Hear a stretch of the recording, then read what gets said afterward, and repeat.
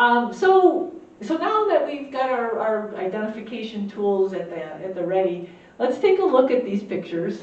This was from a gentleman in Elgin who was just convinced that he had a neighborhood bobcat because he would see it every day. And think about that, every day around lunchtime. This is a reclusive animal. Lunchtime is kind of a busy time in the human population. It's not a time for recluses to come out. He said that it's huge and it has to be a bobcat. Well, now it does have some, bobcat markings can be variable, but what do we see on this cat that maybe is a clue it's not a bobcat? It's got a really long tail. And now, a bobcat's tail sometimes isn't super short, but it's never really long. So the fact that he was seeing this in the daytime, that he was seeing it repeatedly, and that it had a tail, he was so disappointed when I was trying to tell him that it was a cat. So we just kind of agreed to disagree. I said, you know what, I'm happy you're paying attention to your surroundings. Thank you for sending these photos. I hope the cat does well. We just kind of left it at that. But this was two of many photos that he sent me over time. But it's always in the same spot every day. A bobcat, if we were to see a bobcat in this area, unless it was raising young, you probably wouldn't see it in the same place twice. They move around quite a bit. So yeah, we kind of, like I said, agreed to disagree that the Elgin bobcat was probably Bob the cat. Now this next one, I'm going to see if I can get this video to play here. This was sent, this is from a neighborhood in Chicago.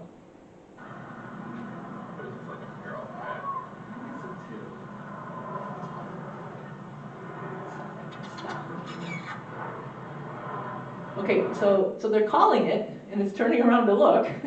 Probably not something a wild bobcat would do. We see.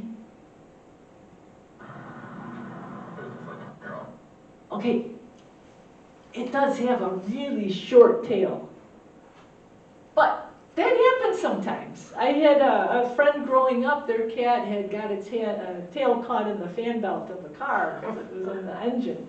So bobcats can't have long tails, but sometimes domestic cats can have short tails. So again, there's a little bit of disappointment on the part of these people because they've taken a lot of photos and they got this video evidence, but the sauntering behavior amidst all the attention it was getting, the turning of the head when they go, you're kitty kitty, it was probably, now, was it a pet or was it a feral cat? In fact, I'm thinking this was probably a pet because feral cats, wild domestic cats can sometimes be pretty skittery. So large cat, bobtail, but a domestic feline, without a doubt. So where is it that you can see a bobcat? Here's our state map again with all the counties. You can see a bobcat. It's possible to see a bobcat anywhere in Illinois. Cook County is probably the least likely, although they've got some nice forest preserves that a bobcat could certainly pass through. And the southern, I would say southern third of the state has our biggest portion of the bobcat population, so your chances are certainly more likely there. We have seen an increase in western Illinois bobcat sightings, so the thinking is that the population is growing and dispersing and maybe breeding throughout western Illinois as well. But to really reliably see a bobcat, I don't know if there's any such thing because they are very reclusive, very secretive.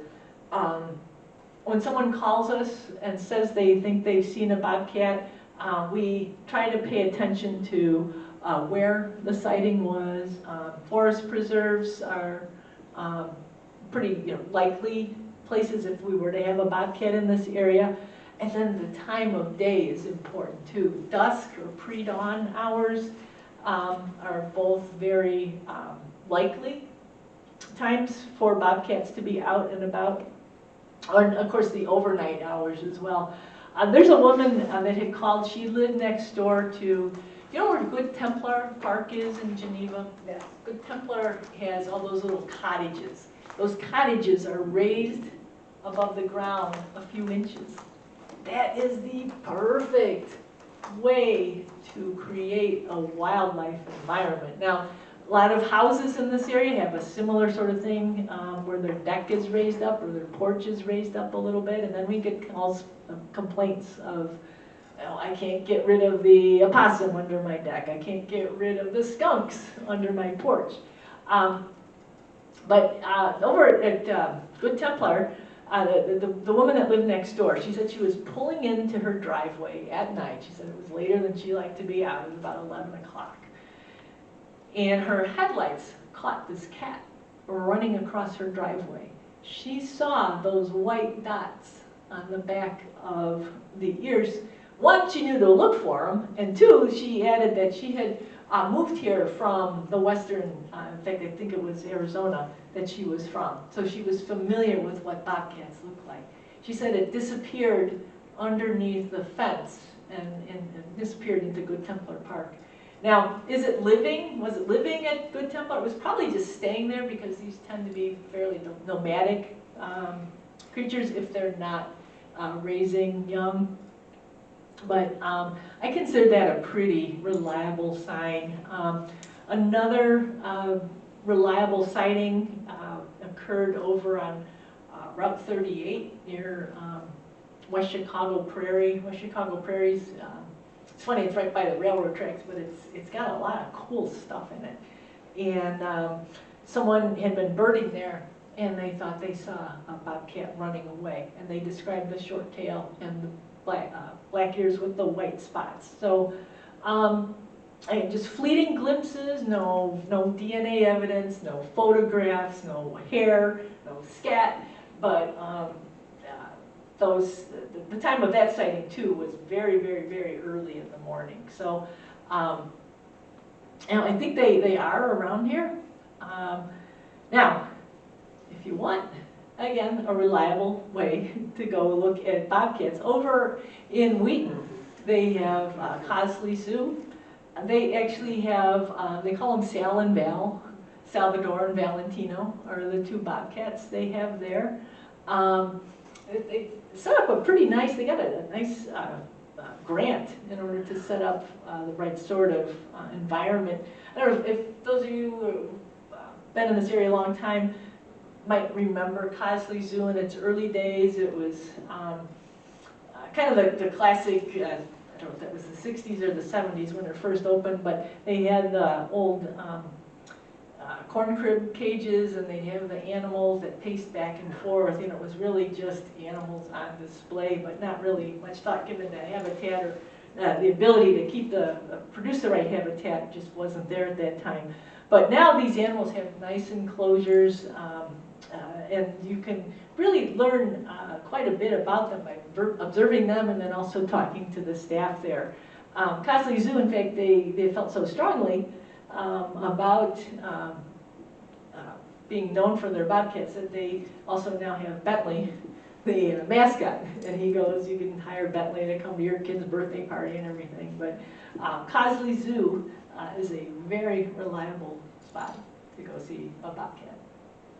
Now with that, we'll wrap up this part of our visit today, but does anybody have any questions, stories, recollections about cougars, bears, or bobcats? I have to wonder, with all the isolation that's gone on over these past few months, did Bruno think that was a good time to come wandering because he wasn't seeing very many people wherever it was he came from in Wisconsin?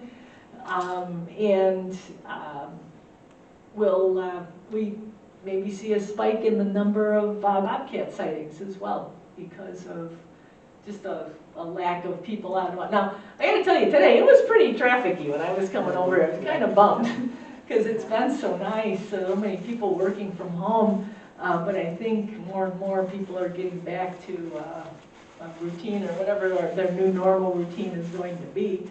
But I think that reduction in human activity might, we might, see some of these guys this summer. With that, if there's no questions and no stories, I'll just say thank you very much for your time.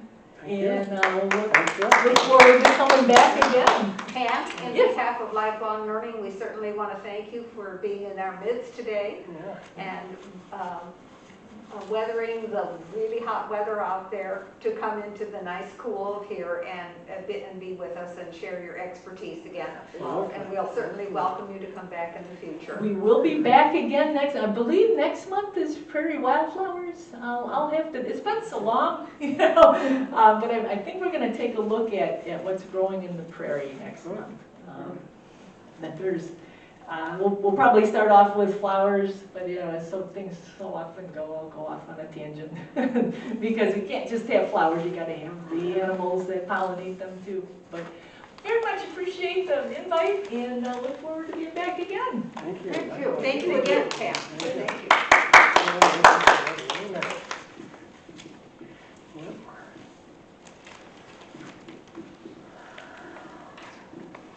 If you don't know too much about the cats, they look like ordinary cats to me. They do. Yeah. I'm looking at those subtle little things, that stubby tail. Yeah, And I never knew about that. those, that's those good. white dots against the black. And then here you can kind of see the Yeah, tufts yeah. up on Yeah, top. I But think you gotta be really close to see those.